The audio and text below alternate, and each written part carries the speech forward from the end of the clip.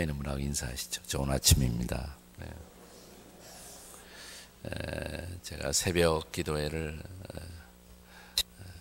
좋아하는데 그 이유 중에 하나는 우리 성도들의 오리지널을 볼 수 있기 때문에 그렇습니다. 특별히 자매님들, 옆에 있는 분들 쳐다보시고 오리지널이 더 아름다우십니다. 이렇게.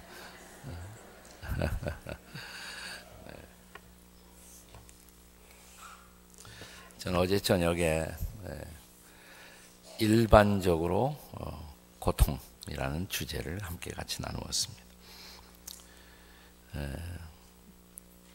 고통 그러면 육체적인 고통만 생각하지만 여러 가지 유형의 고통이 있습니다. 신앙생활하는 그리스도인들에게 있어서는 저는 영적인 고통도 만만치 않은 것이다 이렇게 생각을 합니다. 신앙생활 잘하다가 한동안 잘하다가 갑자기 찬송의 샘이 메말라 버리는 그런 경험이 있습니다.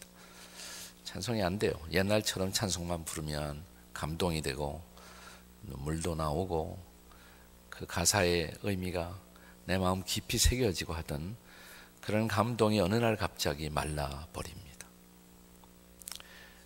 기도도 말라버릴 수가 있어요. 기도의 샘이 메말라버리고 기도가 되지 않고 나 혼자 그냥 독백하는 것 같고 하나님이 정말 살아계신가? 뭐 이런 회의가 어느 날 문득 내 삶의 장에 다가올 수가 있습니다. 어제 저녁에도 제가 하나님의 임재라는 단어를 여러 번 사용했습니다만은 하나님의 임재를 우리가 presence of God 보통 이렇게 말하죠. 하나님의 임재. 근데 우리가 신앙생활하다가 갑자기 하나님의 임재가 아니라 하나님의 부재가 마음속에 느껴지는 때가 있어요. absence of God, 하나님의 부재. 하나님이 정말 살아계신가? 내 기도 응답하실까? 내가 신앙생활 한다고 그랬지만 나 혼자 어떤 종교적인 몸부림과 그런 허우적거림만 했던 것은 아닐까?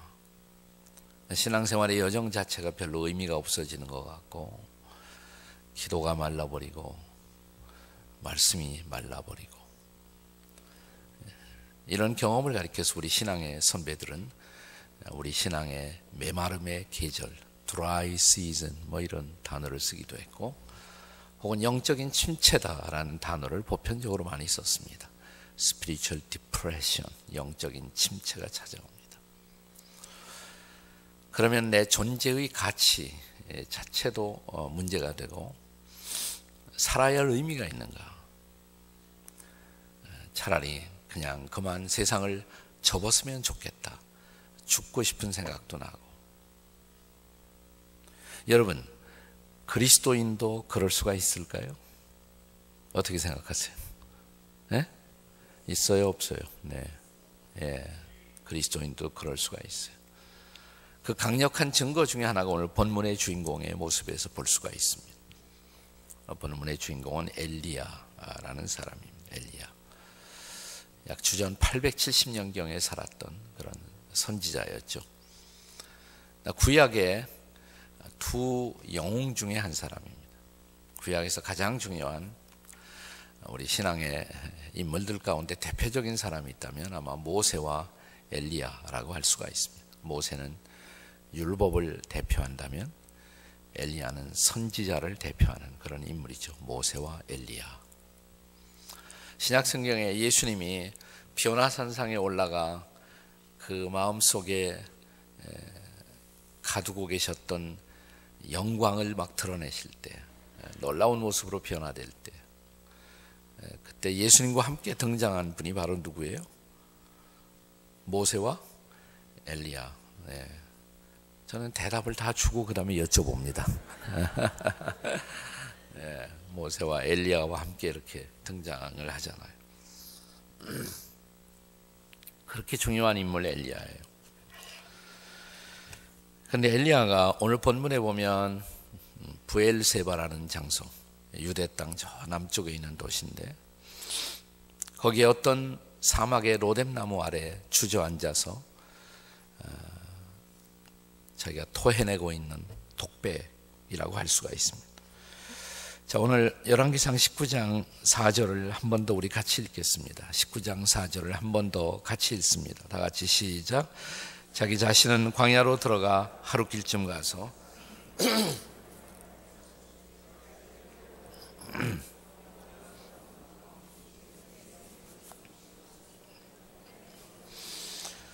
네, 무슨 얘기입니까? 하나님, 나 더 살고 싶지 않습니다. 그냥 내 생명 가져가세요. 나 죽고 싶어요. 하나님의 사람 엘리야가 하고 있는 소리예요. 하나님의 사람답지 않은 소리죠. 하나님, 저 그냥 죽고 싶어요. 내 생명 가져가세요. 아주 오랜 옛날 우리 신앙의 선배들은 기독교 교회 역사에 보면 사막 교부 시대 뭐 이런 시대가 있었는데, 이런 체험을 가리켜서 영혼의 어두운 밤 이런 표현을 쓰기도 했습니다.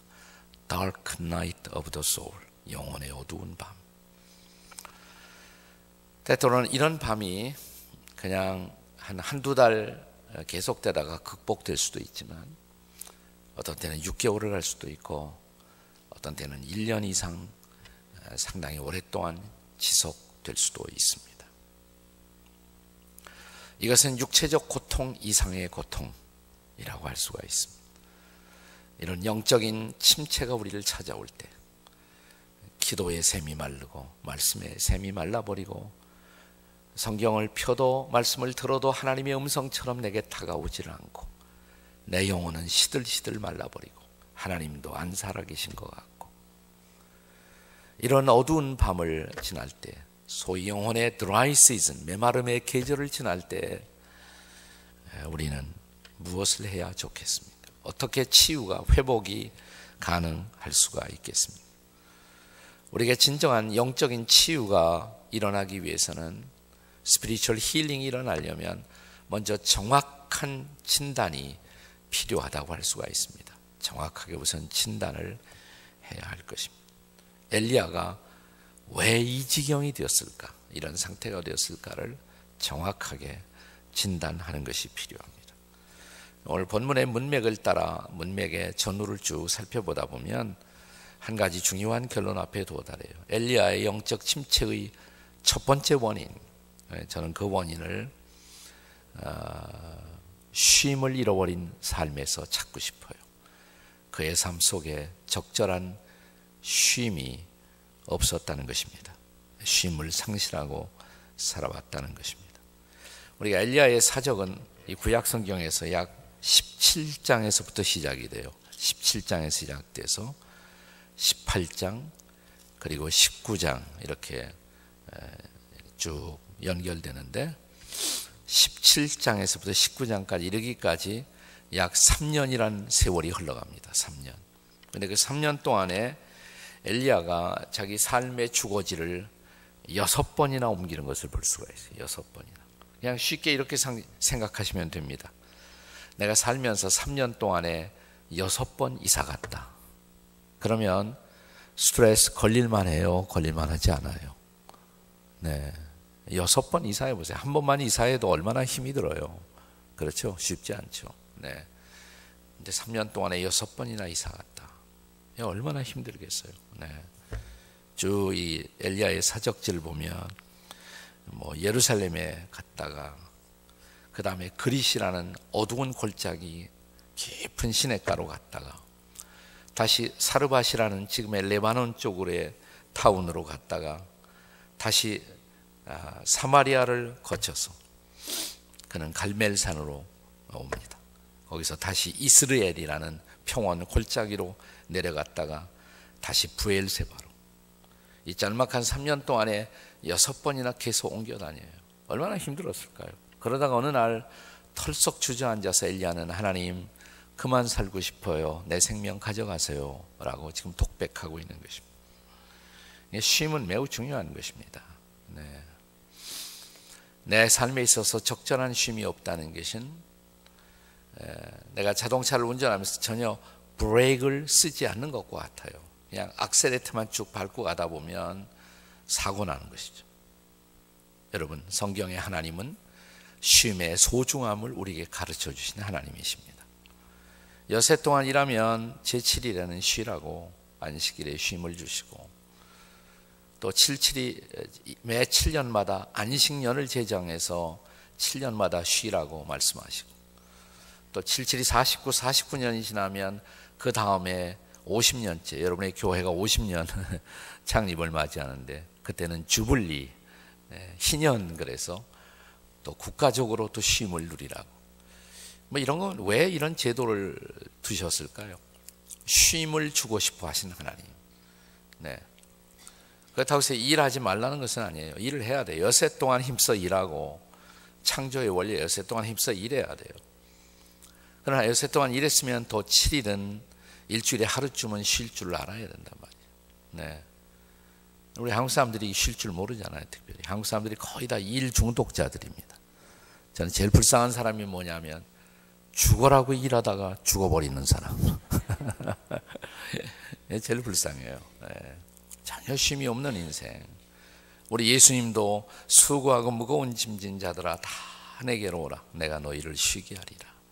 쉼으로 우리를 초대하시잖아요. 네. 그는 쉼의 소중함을 아시고 가르치신 그런 분이십니다. 근데 우리가 도무지 쉴 줄 모른단 말이에요. 쉴 줄을 몰라요. 네. 뭐가 이렇게 바쁜지 모르겠어요. 왜 이렇게 바쁜지 모르겠어요. 네. 한국 사람들이 본래 이렇게 바빴을까?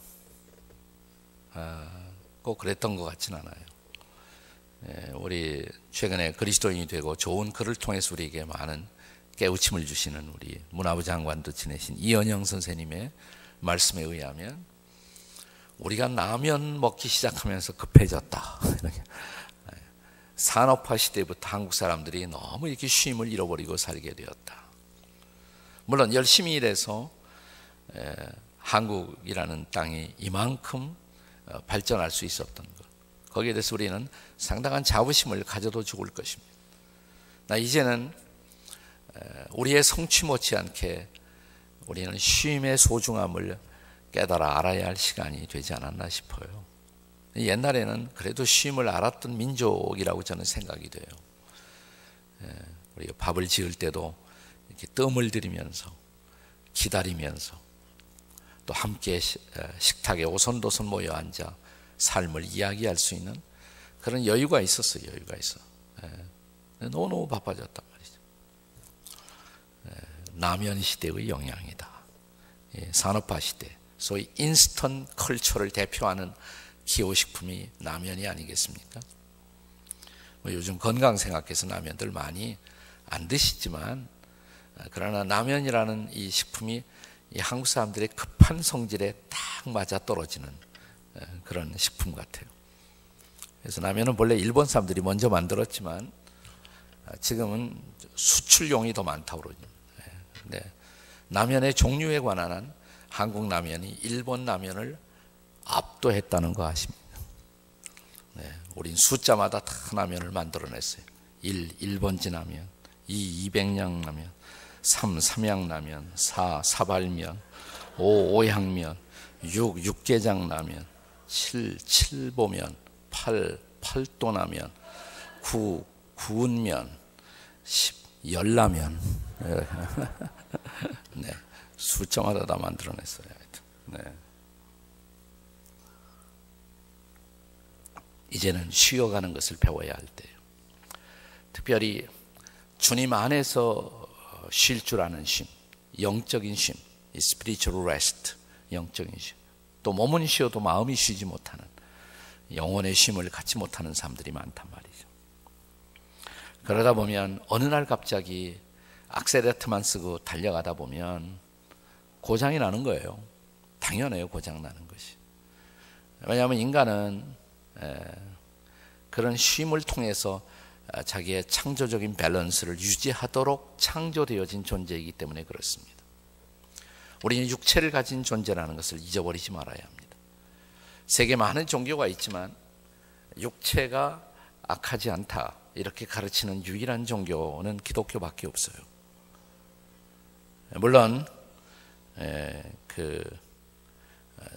기독교인들로서 우리도 성경을 읽다 보면 마치 성경이 육체를 정죄하는 것 같은 인상을 종종 받는 때가 있습니다.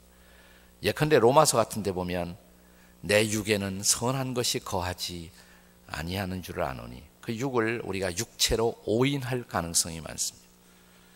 근데 로마서에 나오는 육이라는 단어는 바디를 말하는 것이 아니에요. 육체를 말하는 것이 아닙니다. 우리 안에 있는 부패성, 살크스라는 단어가 있는데 그것은 우리 안에 있는 죄성이나 부패성을 말하는 것이지 육체 자체를 말하는 것이 아니에요. 육체는 하나님의 선물이에요. 아주 창조하신 창조주 하나님이 우리에게 주신 소중한 선물이 육체예요. 육체를 잘 관리하는 것, 이건 전적으로 우리의 책임이죠. 심지어 성경은 그리스도인들의 육체, 예수님을 구세주와 주님으로 영접하고 그리스도를 주로 고백하며 그 주님을 모시고 살아가는 사람들의 육체를 가리켜서 뭐라고 그랬습니까? 하나님의 성령이 거하는 전이다. 성전이다. 그래서 성전. 네. 우리가 예배하는 처소도 성전이라고 종종 부릅니다만은 왜 이 건물이 뭐 특별해서 중요한 것이 아니죠. 여기에 하나님의 임재가 있기 때문에, 마찬가지로 하나님이 내 안에 계시면 그 하나님을 모시고 있는 내 육체는 소중한 것이란 말이에요. 육체 관리 잘해야 돼. 육체 관리. 스스로 육체 관리 잘못해놓고 병 걸리고 아파하면서 하나님 어찌하여 저에게 이런 병을 주십니까? 하나님이 그러실 거예요. 내가 언제 너한테 병 줬니? 네가 네 육체 잘 관리하지 못한 거지. 뭐 육체를 관리하는 책임이 있어요. 그 책임. 그러니까 육체적인 쉼, 적절한 쉼을 잃어버리고 산다. 이것은 결국 하나님이 내게 주신 육체에 대한, 신체에 대한 관리의 책임을 다하지 못하는 것이에요. 그래서 그 책임 다하시면서 살아야 돼. 나머지 인생 건강하게 살려면 우리가 건강하도록 자기의 몸을 관리하는 책임이 우리에게 있다는 지당한 사실을 강조하고 싶은 것입니다. 옆에 있는 분 쳐다보시고 몸 좀 잘 돌보고 사세요. 이렇게 한번 다 같이 시작. 몸을 잘 돌보며 사십시다. 엘리야가 이렇게 되어버린 또 하나의 원인을 우리가 성경에서 이렇게 추적해 보면 말씀의 인도를 상실해 버려요. 어느 날 갑자기 말씀의 인도를 상실해 버립니다. 그리고 엘리야는 휘청거리기 시작해요. 그리고 엘리야는 무너지기 시작합니다. 자, 한번 우리가 엘리야의 사적을 추적해 보겠습니다. 17장으로 돌아가겠어요. 열왕기상 17장.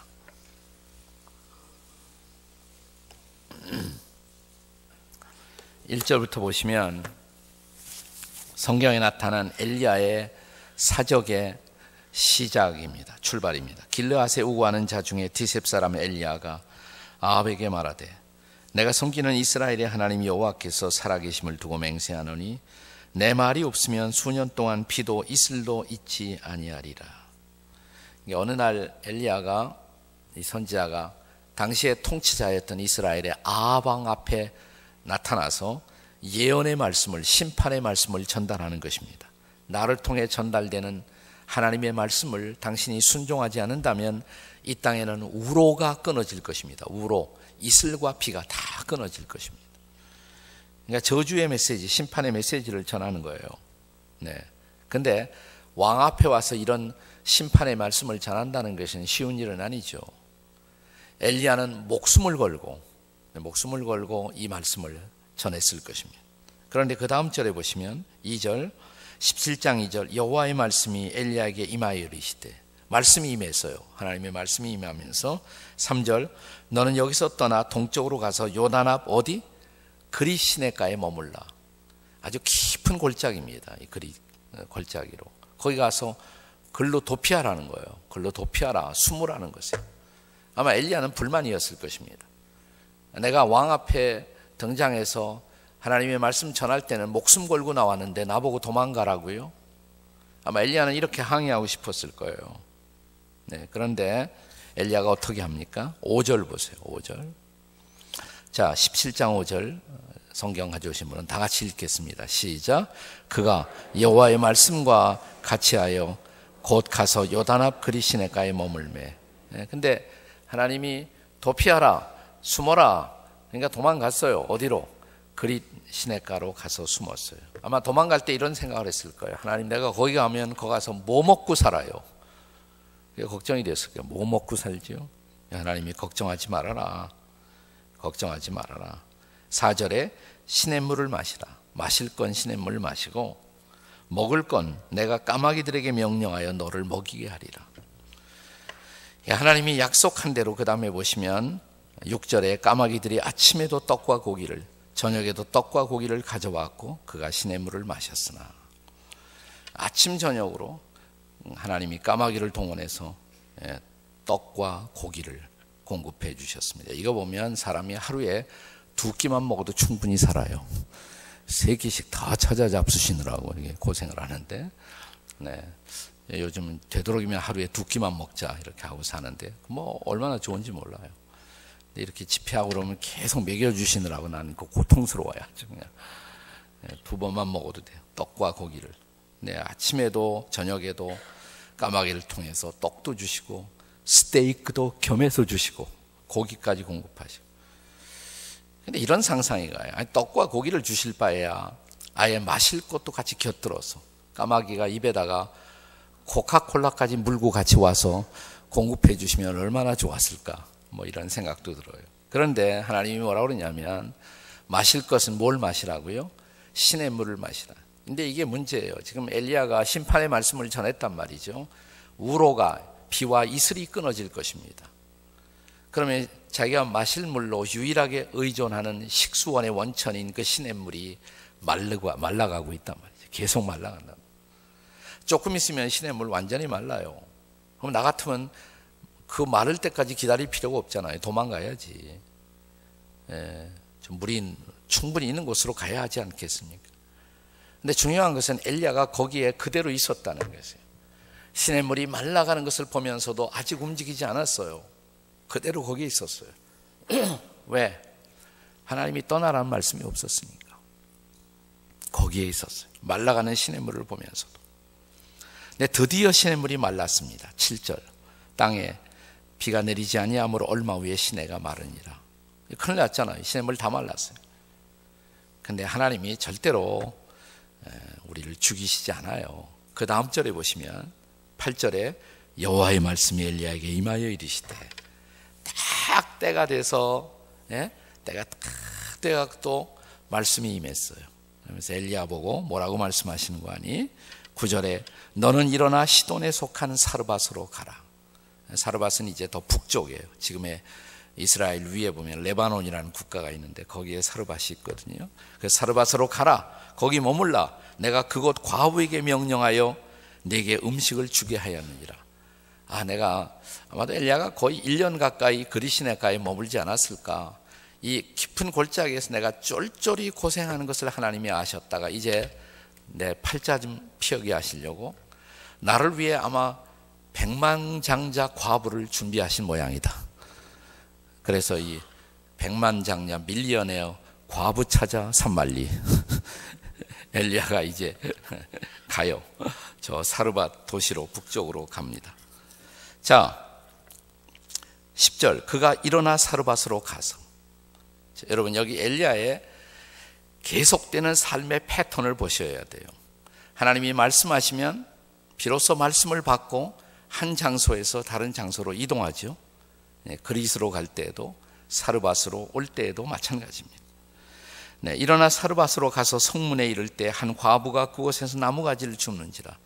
아니 왜 백만장자 과부가 나무가지 줍고 있어요? 에이, 저 여인일 수는 없지. 저 여인일 수는 없어. 아니 다른데 다른 여자를 틀림없이 준비하셨을 거야. 이렇게 생각할 수도 있었을 거예요. 그러나 엘리야는 그렇게 하지 않습니다. 그래도 모르지. 혹시 하나님이 준비하신 여인이 저 여인인지를 내가 시험해 봐야겠다. 조심성스럽게 테스트를 시작합니다. 이에 불러 이르되 청하건대 그릇에 물을 조금 가져다가 내게 마시게 하라. 해보니까 틀림없이 그 여인이에요. 그런데 그 여인의 집에 들어갔더니 그 여인의 총 재산이 얼마였다? 12절에 보시면 통에 가루 한 움큼, 병에 기름 조금, 이것으로 마지막 음식을 먹고 나는 내 아들과 함께 죽을 작정이라고. 아니 인도하실 바에야 좀 풍성한 곳이 있는 그런 집으로 인도하시지 않고 하루분 아니 한 끼의 양식밖에 없는 아주 찢어지게 가난한 집안, 이런 집으로 인도하셨다. 이게 무슨 메시지 같아요, 여러분? 여러분 생각해 보세요. 저 그리시네가에서 지금 먹을 것은 까마귀를 통해 공급되지만 마실 것은 뭘 마셨다고 그랬어요? 시냇물. 근데 그 시냇물이 말라가고 있단 말이죠. 그러니까 죽느냐 사느냐를 결정하는 것은 시냇물이에요. 그러니까 시냇물 마시려면 뭐만 쳐다봐야 돼요? 하늘밖에 쳐다볼 데가 없어. 하늘밖에. 하나님을 의지할 수밖에 없어요. 하나님이 그 훈련시킨 거예요. 그리시네가에서도 환경을 의존하는 것이 아니라 하나님 의존하는 훈련, 하나님만 의존하는 훈련. 그런데 지금은 사르밧의 이 가난한 과부의 집으로 인도하신 이유가 또 뭐라고 생각하십니까? 훈련은 아직 끝나지 않았다. Training is not over. 아직 훈련은 끝나지 않았다는 것이에요. 그러니까 이 집에 가서 이 여인 의존할 수가 없잖아요. 여전히 이 집에 가서도 엘리야는 누구밖에 의존할 수밖에 없어요? 하나님만, God alone. 그분밖에는 의존할 데가 없어. 하나님밖에는 의존할 데가 없어요. 지금 이 훈련 시키는 거예요. 지금 이 훈련, 하나님만 의존하는 훈련. 드디어 3년이 지나갑니다. 자, 이제 18장 1절을 보세요. 18장 1절. 자, 다 같이 읽겠습니다. 18장 1절 시작. 많은 날이 지나고 제3년에 여호와의 말씀이 엘리야에게 임하여 이르시되 너는 가서 아합에게 보이라. 내가 비를 지면에 내리리라. 3년째가 됐어요. 다시 말씀이 임했습니다. 엘리야에게 너는 이제 이 집을 떠나 사르밧을 떠나서 아합을 찾아가라고.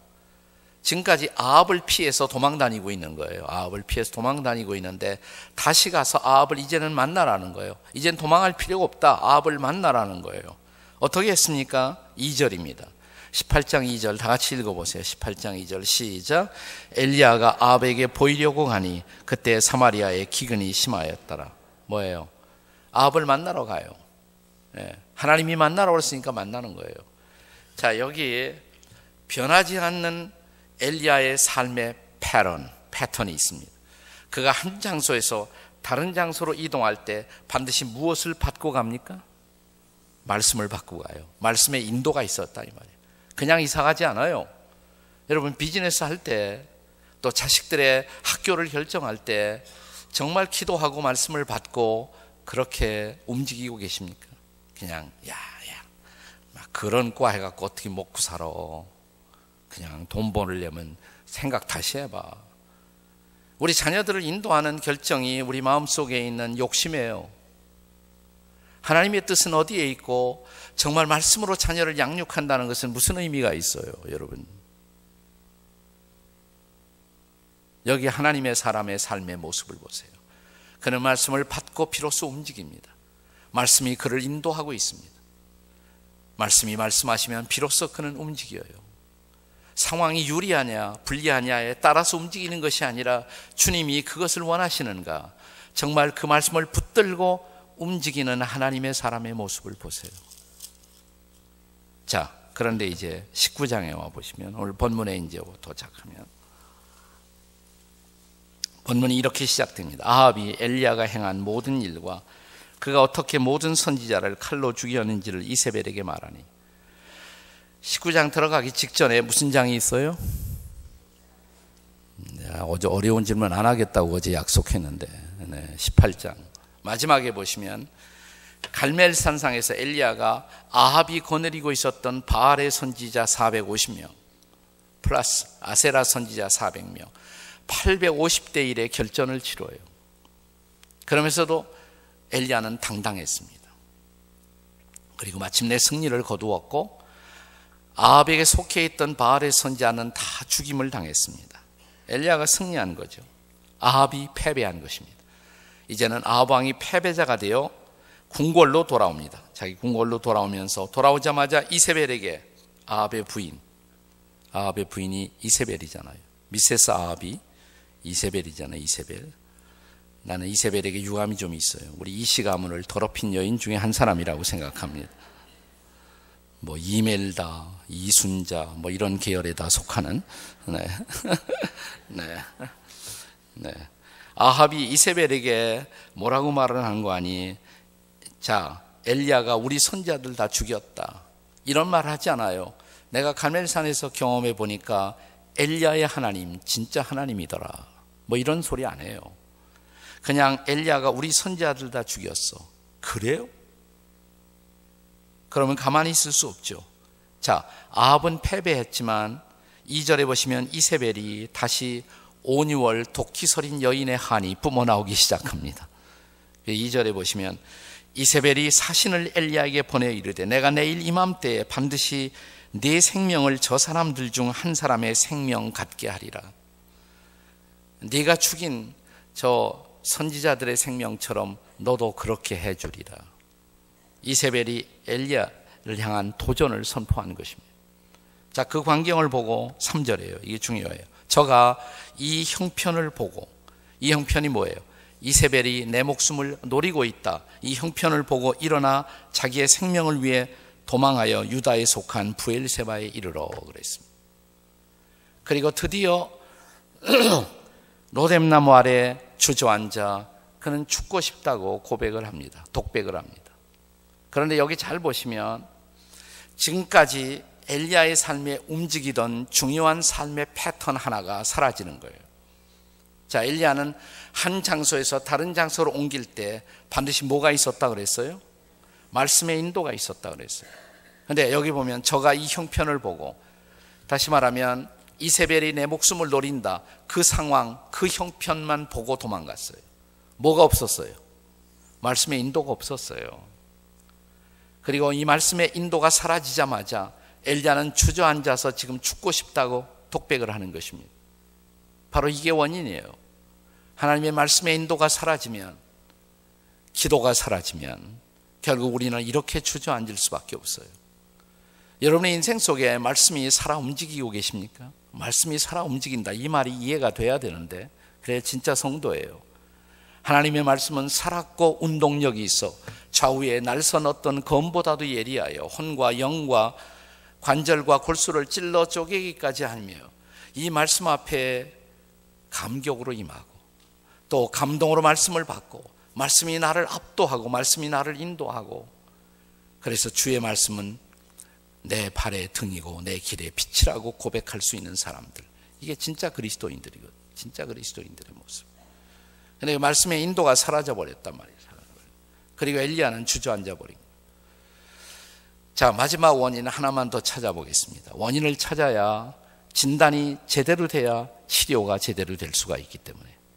세 번째 원인, 저는 한마디로 세 번째 중요한 원인, 첫 번째 원인 뭐라고 그랬어요? 쉼을 상실했다. 육체를 잘 돌보지 않았다, 이 말이에요. 두 번째, 말씀의 인도를 상실했다. 세 번째, 다시 말하면 세 번째 중요한 게 하나님의 임재를 상실하는 거예요. 하나님의 임재. 또다시 중요한 띠미 주제가 나오는 것입니다. 하나님의 임재를 상실하는 것입니다.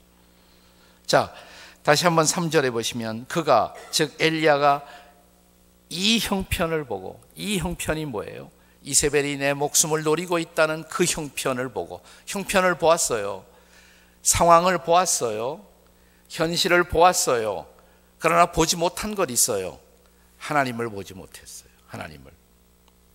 비록 엘리야는 물이 말라가는 시냇가에 있었지만 그 시냇가에서는 뭘 보고 있었어요? 하나님을 보고 있었어요. 사르밧 과부의 집안에서, 가난한 과부의 집안에서도 하나님을 보고 있었어요. 그러니까 잘 견뎠어요. 또 갈멜 산상에서 450명의 선지자들과 싸울 때 절대적으로 불리한 싸움이지만 엘리야는 당당했어요. 왜? 하나님을 보고 있었기 때문에. 그 하나님이 나와 함께하고 그 하나님이 내 편에 계신 것을 보았을 때, 그 하나님의 임재를 보고 있었을 때 엘리야는 아무것도 두렵지 않았어요. 그게 중요한 것이에요. 하나님의 임재를 경험한다는 것, 하나님의 임재, 이게 저는 중요한 것이죠. 그런데 그 임재를 놓쳤어요. 하나님의 임재를 놓친 거예요. 여러분, 하나님은 뭐 어디 가거나 없어지진 않지만 그리스도인들의 생애 속에서 하나님의 임재는 상실될 수가 있는 거예요. 하나님의 임재가 상실되면 하나님의 부재가 경험되는 거예요. 하나님의 부재, absence of God. 하나님 안 계신 것 같아. 빠져나갔어. 내 삶 속에 그 하나님의 인도가 감동으로 더 이상 경험되지 못해요. 그러면 뭐야? 하나님 빠져나가 버리면 나 혼자 호적거리다가 나 혼자 죽고 싶다고 말할 수밖에 없는 거예요. 이게 바로 원인이에요. 자, 그러면 여기서 끝날 수 없잖아요. 엘리야가 빨리 치료받고 끝나야지. 네. 엘리야의 영적 침체로부터의 회복, 그 치유는 어떻게 가능할 수 있을까요? 우리가 그 원인을 진단했습니다. 진단한 원인 따라서 하나님이 엘리야를 지금 치료하세요. 내가 나를 치료한 것이 아니에요. 여기 복음이 있습니다. 굿뉴스가 있습니다. 그것은 나를 로뎀나무 아래에 이렇게 그대로 놓아두지 아니하시고 엘리야를 찾아오신 하나님, 그 엘리야의 하나님이 저와 여러분을 오늘 이 새벽에도 찾아오신다는 사실입니다. 그리고 우리를 터치하신다는 사실이에요. 우리를 치료하신다는 사실이에요. 힐링하신다는 사실이에요. 그리고 우리를 회복시켜 주신다는 사실이에요. 믿으십니까, 여러분? 나는 그 하나님의 터치가, 하나님의 치료가 오늘 이 새벽에 오신 여러분들에게 임하시기를 바랍니다. 자, 엘리야의 회복이, 치료가 어떻게 시작됩니까? 5절입니다. 5절 다 같이 읽겠습니다. 본문의 5절 말씀 다 같이 시작. 노뎀나무 아래 누워 자더니.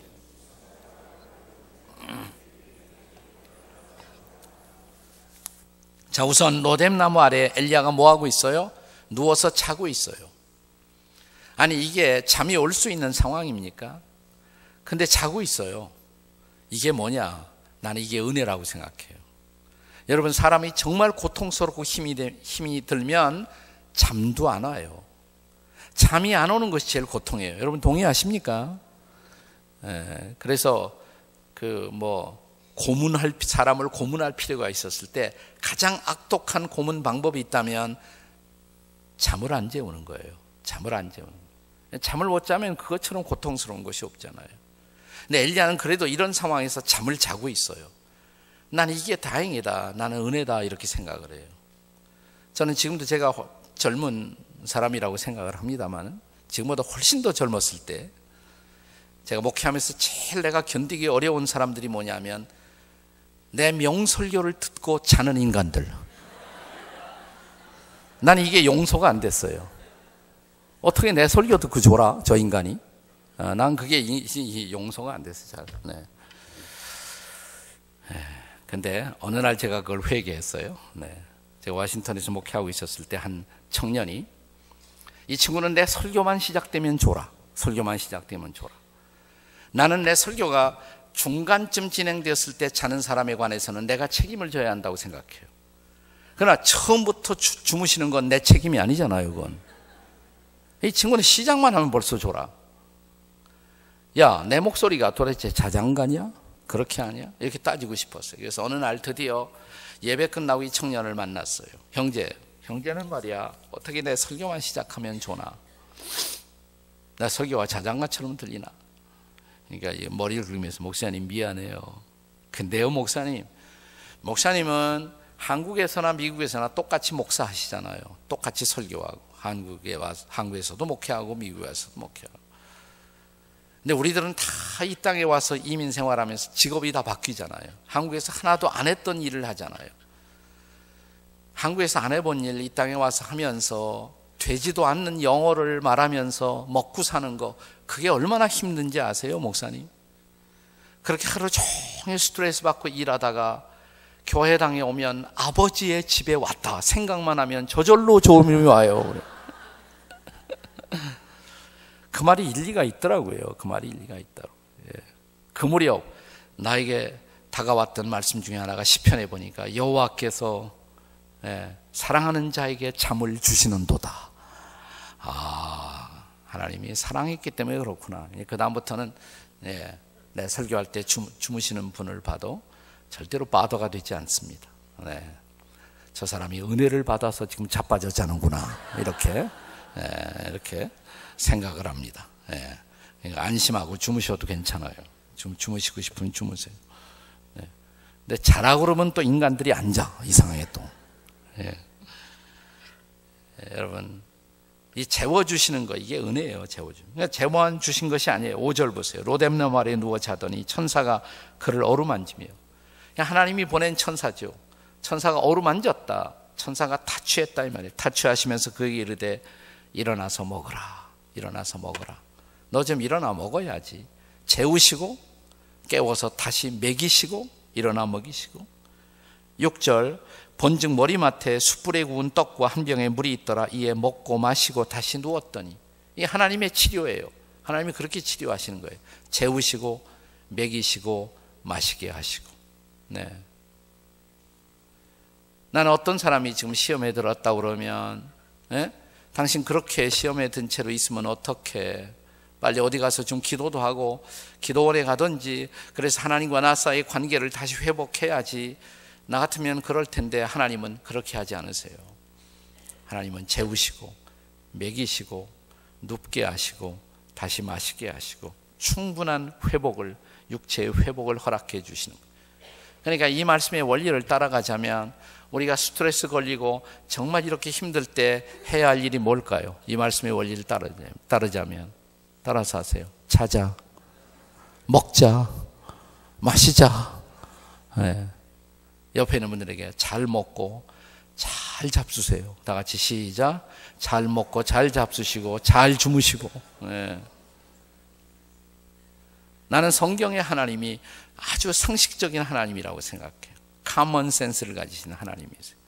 그는 우리의 육체로 지어진 존재임을 아시고 우리의 육체를 먼저 잘 리스토어, 육체를 회복시켜 주시는 하나님이에요. 육체를 잘 회복시켜 주세요. 그게 첫 번째로 하신 일이에요. 그럼 두 번째 하신 일이 뭘까? 두 번째가 뭐라고 그랬어요? 두 번째 원인, 엘리야가 이렇게 되는 원인, 말씀의 인도를 상실했다고 그랬잖아요. 자, 하나님이 어떻게 치료하실까요? 자, 본문은 9절에서 끝나지만 1절부터 해서 9절까지 읽었지만, 아니 8절에서 끝났지만 8절 바로 다음에 오는 9절을 보시면 9절을 한번 보세요. 9절 다 같이 읽겠습니다. 시작. 엘리야가 그곳 굴에 들어가 거기 머물더니 여호와의 말씀이 그에게 임하여 이르시되 엘리야야 네가 어찌하여 여기 있느냐. 자, 실로 오래간만에 뭐가 다시 임했습니까? 말씀이 다시 임했잖아요. 충분히 먹고 마시고 자고 육체의 회복이 이루어지자 그 다음에 말씀이 들려오기 시작해요. 그러니까 육체가 회복되지 않으면 말씀이 들려오지 않을 수도 있어요. 네. 그렇잖아요. 아무리 말씀이 좋아도 내가 너무너무 육체적으로 힘들고 괴로우면 말씀이 안 들어온다고요. 그래서 육체의 회복이 필요한 거예요. 여러분 하룻밤 잘 자고 나면 그 이튿날 아침에 무슨 생각이 들어요? 아, 인생에서 뭐 그만큼 힘든 거 없는 사람 어딨나? 다 있지. 에이, 다시 한번 해보지. 생각이 달라졌어요. 지나간 밤에 휴식이 우리를 회복시켜 주신 거예요. 그래서 육체의 회복이라는 것도 매우 필요한 것입니다. 중요한 것입니다. 우리는 영적이라는 것이 육체하고 관심이 없다고, 육적인 것하고 영적인 것은 전혀 별개의 것이라고 착각하는 경우가 많아요. 근데 영과 육은 하나예요, 사실은. 우리 육체가 회복되지 않으면 영도 회복되지 않아요. 그래서 현대 의학은 인간이 육체와 영혼이 따로 떨어진 것이 아니라 이것이 함께 작용하는 것이다. 인간은 전인적 존재이다. 홀리스틱 빙. 인간을 전인적 존재라고 말하잖아요. 그러니까 영혼이 회복되려면 육체도 회복이 돼야 되는 거예요. 육체의 회복이 이루어져야 되는 거예요. 자, 그러자 주의 말씀이 들려오기 시작해요. 하나님의 말씀이 엘리야에게 들려옵니다. 엘리야야 네가 어쩌자고 여기 있느냐. 자, 그 다음 절에 보시면 10절에 그가 대답하되, 엘리야가 대답합니다. 하나님은 말씀하시고 엘리야는 대답하고, 드디어 하나님과 엘리야 사이에 소통이, 커뮤니케이션이 회복되는 거예요. 소통이 회복되는 거예요. 엘리야가 이렇게 말합니다. 내가 만군의 하나님 여호와께 열심히 유별하오니 이는 이스라엘 자손이 주의 언약을 버리고 주의 제단을 헐며 칼로 주의 선지자들을 죽였음이오며 오직 나만 남았거늘 그들이 내 생명을 찾아 빼앗으려 하나이다. 하나님, 제가 하나님을 위해서 특별한 열심을 갖고 열심히 일했잖아요. 열심히 싸우고요. 그런데 보세요. 결과가 없잖아요. 아직도 이세벨은 내 목숨을 노리고 사람들은 아직도 우상신을 쫓고 있고 결과가 없잖아요. 내가 일하는 것에 대해서. 엘리야는 적어도 자기 마음에 가장 솔직한 마음을 하나님 앞에 토로하고 있습니다. 하나님은 말씀하시고 엘리야는 대답하고 소통해요. 커뮤니케이션이라는 것은 일방적이 아니잖아요. 하나님과 어떻게 소통을 누립니까? 성경을 읽을 때마다 이 말씀을 통해 하나님의 음성을 듣고, 그리고 그 말씀 앞에 주님, 그런데요, 내 삶은 너무 힘들어요. 내가 반응하고. 그게 소통이잖아요. 소통, 하나님과. 드디어 소통이 회복되고 말씀이 내 마음을 다시 움직이기 시작하는 것입니다. 말씀이 살아나요.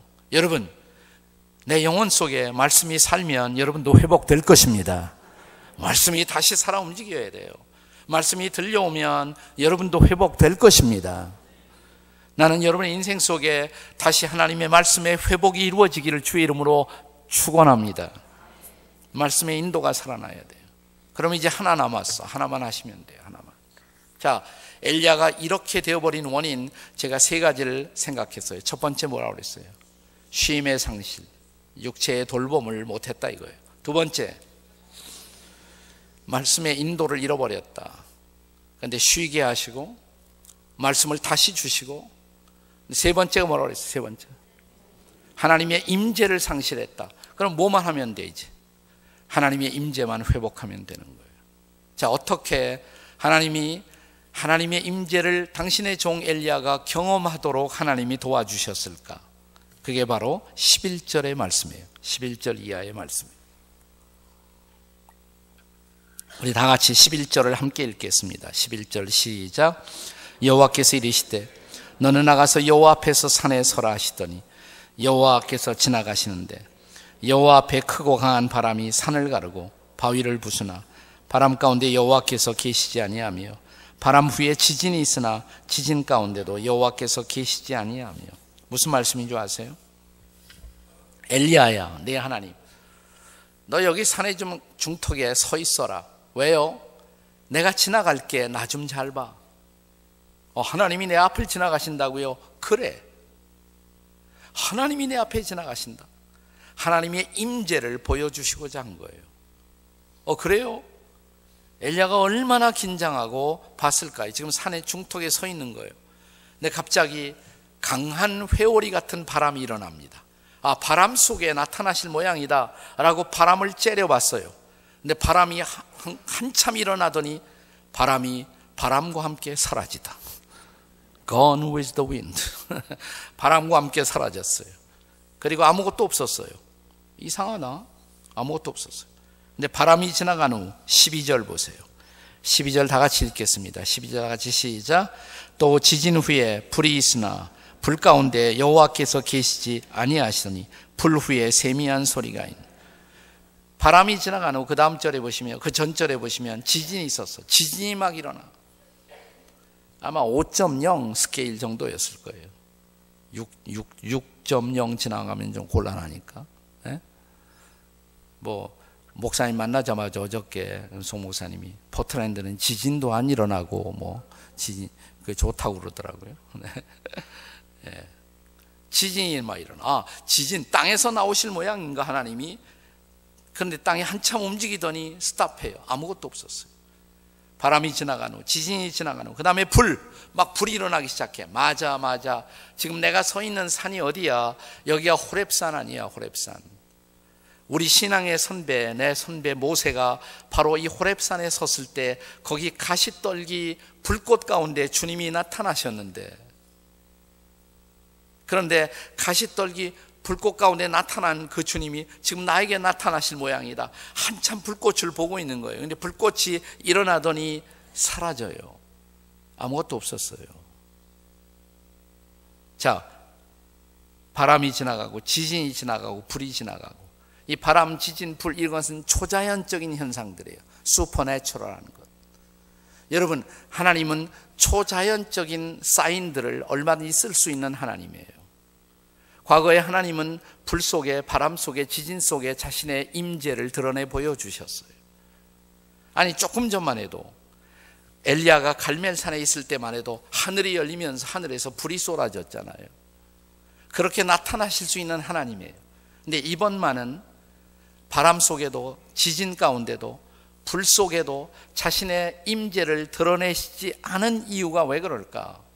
여러분, 초자연적인 것을 믿는 신앙이 나쁜 것은 아니에요. 인간의 마음속에는 초자연적인 갈망이 있어요. 그러나 초자연적인 슈퍼내추럴 사인만을 쫓아서 거기에서 신앙을 구하는 사람들이 종종 있어요. 이런 사람들은 더 큰 자극, 더 뜨거운 자극이 없으면 신앙에 만족을 못해요.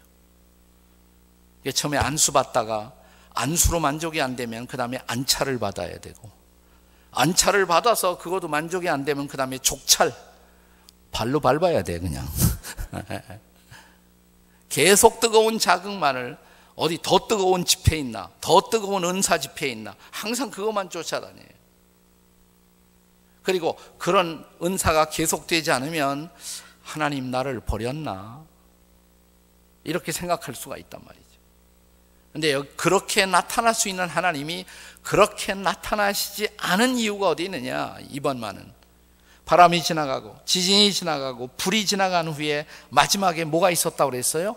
세미한 소리, small, still voice. 근데 어떤 영어 번역, 나는 이 번역이 좋아요. 어떤 영어 번역에 보면 세미한 소리를 gentle voice 그랬어. 나는 그게 좋아. gentle voice. 부드러운 소리. 작고 부드러운 소리 하나가 들려와요. 엘리야야. 네? 나야 나 여호와. 하나님의 음성이었어요. 그는 가느다란 작고 부드러운 세미한 음성으로 내게 다가오고 계셨어요. 불 가운데 나타나신 것이 아니고, 바람 가운데 나타난 것이 아니고, 작은 소리로 나타나신 하나님. 그러나 그것은 분명히 여호와의 음성이었습니다. 내가 부엌에서 설거지를 하다가 갑자기 인생의 회의가 들고 모든 것이 다 의미가 없이 느껴지고 내 마음이 흔들리고 있었을 때 내 마음속에서 들려오는 작고 부드러운 음성, 너 힘들지? 근데 나 봐, 나 좀 봐. 어디요? 내 옆에 내가 있잖아. 두려워하지 말라고, 놀라지 말라고. 내가 나의 의로운 오른손으로 너를 붙든다고 약속하지 않았니? 나 내 곁에 있어. 말씀을 통해 내게 들려오는 작고 부드러운 음성, 거기에서 하나님의 임재를 느낄 줄 아는 사람들.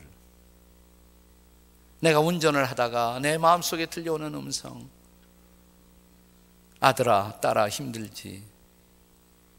네가 힘든 건 내가 알아. 그래서 내 곁에 있다고.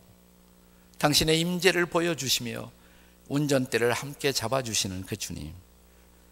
이런 내 일상 속에, 날마다 일상 속에 함께 하시는 하나님의 임재를 경험할 줄 아는 사람들, 그들은 날마다 일상 속에서 그 하나님의 임재와 함께 살아갈 수 있다는 것, 이 소중한 레슨을 지금 티칭하고 계신 거예요. 제가 신앙생활을 한 5년, 6년 열심히 하다가 구원의 확신을 갖고 한 5, 6년 열심히 했어요. 그러다 한 6년쯤 가까이 왔을 때 슬럼프가 빠졌어. 저에게도 영적 침체가 온 거예요. 갑자기 교회도 나가기 싫고 하나님 살아계신 것 같지 않고 내가 그냥 속아왔던 것 같고, 그런 드라이 시즌이 저에게도 찾아와서 몇 달 동안 교회를 안 나갔던 때가 있어요. 근데 참 감사한 것은 교회는 안 나갔지만 첫 신앙생활을 할 때부터 저는 큐티를 배웠어요. 그 당시 큐티라는 말도 없었어요. 저는 영어 배우고 싶어서 우리 선교사님들 따라다녔다가 예수를 믿게 되었는데, 예수 믿을 생각 없었어요. 그냥 영어만 배우려고 그랬지. 공짜로 가르쳐 주니까 돈도 안 들고 쉽게 영어 배울 수 있으니까. 그래서 선교사님들 찾아갈 때마다 결심했어요. 내가 절대로 예수는 안 믿는다. 영어만 배운다. 근데 이 선교사님들이 이 성경 가지고 영어를 가르치는 거예요. 성경 가지고.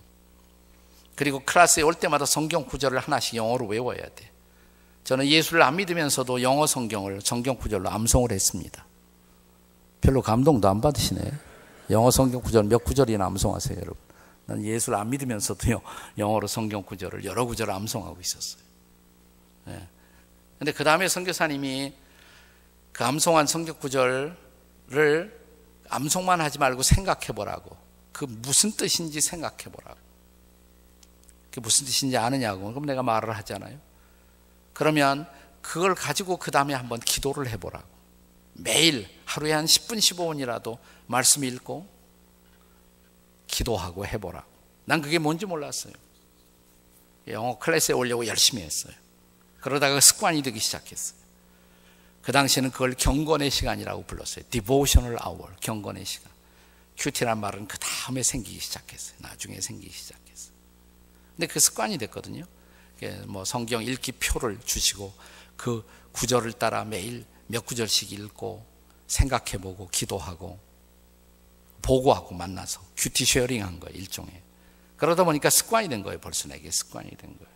네. 자, 교회는 안 나가 있지만 그것만은 이상하게 습관이 되어버리니까 습관적으로 계속했단 말이죠. 그날 새벽 교회도 중단한 채 내 마음이 비참하게 무너져 있었을 때 그날도 습관을 따라 읽었던 구절이 히브리서 11장이었어요. 하필이면 히브리서 11장이 믿음의 장이잖아요. 믿음의 장에 믿음의 선배들이 어떻게 살았는지. 근데 그날 새벽 특별히 제 눈에 열려진 말씀이 히브리서 11장 27절이었어요. 여기 모세의 믿음을 소개하고 있었어요. 히브리서 기자 모세의 믿음. 믿음으로 애굽을 떠나 왕의 노함을 무서워하지 아니하고 보이지 않는 자를 보는 것 같이 하여 참았습니다. 모세가 어떻게 백성들을 인도했는가? 지금 바로의 군대가 추격하고 있는데 바로의 군대를, 바로의 힘을 두려워 아니했다. 모세가 그렇게 바로의 군대가 두렵지 않았던 이유가 뭐냐? 여기 보니까 보이지 아니하는 자를 보는 것 같이 하여. 가만히 이 구절을 보고 있는데 이 구절 속에 이 단어가 철자가 튀어나오는 것 같더라고요. 보이지 아니하는 자를 보는 것 같이 하여. 보이지 않는 자를 보는 것 같이 하여. 아, 모세의 눈은 하나님을 보고 있었구나. 하나님은 보이지 않지만 영이시니까. 그러나 그래도 그 하나님의 임재를 보고 있었기 때문에 보이지 않는 자를 보는 것 같이 하여. 하나님이 보이고 있었던 한 모세는 홍해 바다도 두렵지 않았고 바로의 군대도 두렵지 않은 거예요. 하나님이 보이기만 하면, 하나님의 임재를 보나. 아, 그거야, 그거 하나님의 임재. 근데 이 구절을 보고 있었던 그 순간 말이죠. 그럼 하나님 혹시 여기도 계실까? 이 방 안에도. 근데 한순간 갑자기 제가 있었던 새벽이 밝아오고 있었던 그날 아침 방이 환해지는 것 같이 느껴요. 누군가가 내 어깨를 잡고 있었던 같은 느낌. 아들아, 나야 나. It's me. 하나님 여기도 계신가요? 여기도 계신가요? 그 순간 알 수도 없는, 설명할 수 없는 통곡이 막 쏟아져 나오기 시작했어. 아, 여기 계셨네요, 하나님.